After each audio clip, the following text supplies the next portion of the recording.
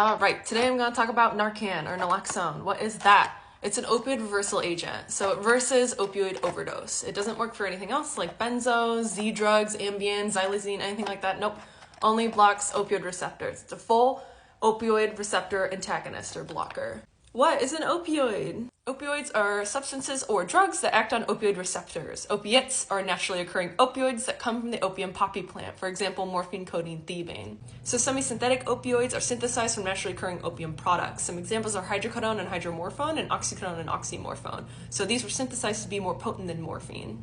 Important to note that oxycodone is more potent than hydrocodone. Also, hydrocodone is metabolized into hydromorphone. It's more potent metabolite via CYP2D6. Same thing with oxycodone being metabolized into oxymorphone. They're metabolized into the inactive metabolites via CYP3A4. Some examples of fully synthetic opioids are fentanyl and some superfentanyls like carfentanil, and then also meperidine, tramadol, Nucynta or tapentadol, meperidine or demerol, diphenoxylate, which is in Lamodal, and then loperamide, which is also Imodium over the counter. And also buprenorphine, which is in Suboxone or Subutex, is a semi-synthetic opioid derived by thebaine. I like this chart too. It helps with cross-reactivity risk between different chemical classes of opioids. So opioid receptors are located throughout the brain in the cortex, thalamus, amygdala, brainstem, and then they're also located in the spinal cord, peripheral neurons, and digestive tract. There are three major types of opioid receptors: mu, kappa, and delta. Most of the opioids that we use for pain are full mu opioid receptor agonists, like oxycodone and fentanyl, with lower selectivity on kappa and delta. So with mu activation, we get analgesia or pain relief. We can get euphoria, sedation, constipation, respiratory depression, meiosis or pinpoint pupils, tolerance, and then physical dependence. So respiratory depression is when you breathe too slowly or shallowly, and it prevents proper gas exchange in your lungs. It's important to be careful with patients who have respiratory disorders like uncontrolled COPD. I will also mention that kappa agonism can have some weird effects like dysphoria, hallucinogenic and dissociative effects. Some examples of kappa agonists are butorphanol, nalbuphine, and pitazicine. Then I'll also mention that ketamine and then morphine have some weak kappa activity as well. So signs of an opioid overdose. First, pinpoint pupils, or meiosis is the medical term. The person may be unconscious and unresponsive to stimuli like sternal rubbing, shaking, and yelling. Shallow, slow, and irregular breathing is something to look out for. We can have pale and clammy skin, or maybe even cyanosis of the lips or the fingernails. So cyanosis is a bluish discoloration due to lack of adequate oxygen. When in doubt, administer Narcan if you have it, because nothing's going to happen if you give someone Narcan and they're not experiencing an opioid overdose. Naloxone or Narcan has a high affinity for the opioid receptor, so it's going to bump off that opioid off of that receptor. It's very important to call for an ambulance after you administer Narcan because the half-life isn't very long. It's about 30 to 90 minutes. The half-life, for example, for fentanyl is around 4 to 7 hours. So half-life is the time for concentration of a drug or a substance to diminish by 1/2. So say you ingest like a butt ton of fentanyl, in about 4 to 7 hours, you're still going to have like half a butt ton of fentanyl in your system. Only about 2 milligrams of fentanyl is enough to kill someone. Narcan or naloxone nasal spray just went over the counter, so you can buy it online or in a pharmacy. It's about $45.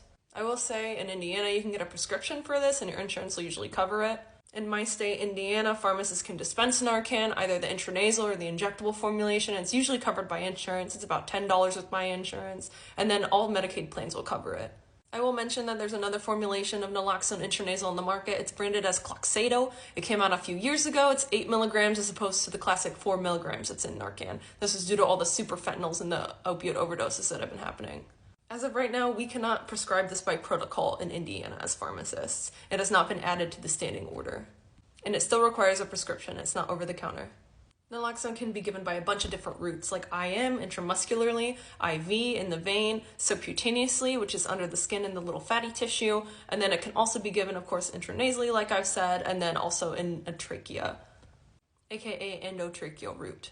So I like this chart that we had in school. It was during our drugs of abuse lecture, actually, that compared nasal, oral, IV, and then inhaled drug delivery. This is when we were learning about like cocaine, but it's applicable in this situation. Nasal onset of action is going to lag behind, say, like intravenous or say like an injected route. You can get an injectable naloxone via standing order or by a prescription, but I will almost always recommend the intranasal route just due to ease of administration. You also have to reconstitute the injection, and I don't know about you, but for non-medical providers, I think like I'd be scared to give someone like an injectable drug in like an emergency. There used to be like an auto-injector called Evzio on the market, but that was discontinued. So how to give Narcan. Step 1, you're going to want to identify that there's an opioid overdose. Once you've confirmed this, lay the person on their back. Step 2, take it out of the box. There are 2 doses in a box. You're going to want to tilt their head back and support their neck, and then insert it into one nostril and completely push down on the plunger. Step 3, you're going to want to put the person, if they're unconscious but breathing, into the recovery position and make sure someone is called for an emergency services by then. You're going to want to administer a second dose of Narcan within 2 to 3 minutes if there is no response.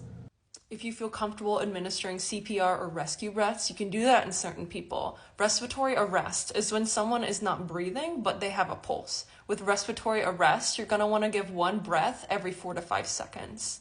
When giving breaths, you need to tilt the head back to open up the airway and then plug the nostrils when you give the breath.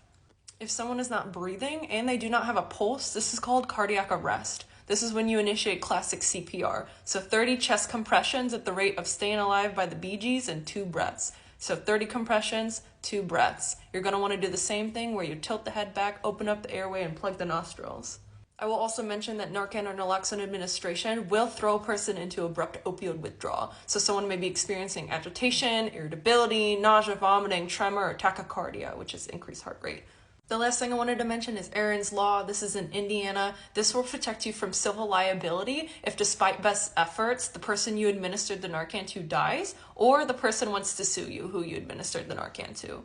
Added bonus, if you give the Narcan, stick around, and then cooperate with EMS, you're protected from criminal liability in these situations. So you're shielded from prosecution for drug possession, being sued or charged with unintentional injury, wrongful death, and then also practicing medicine without a license.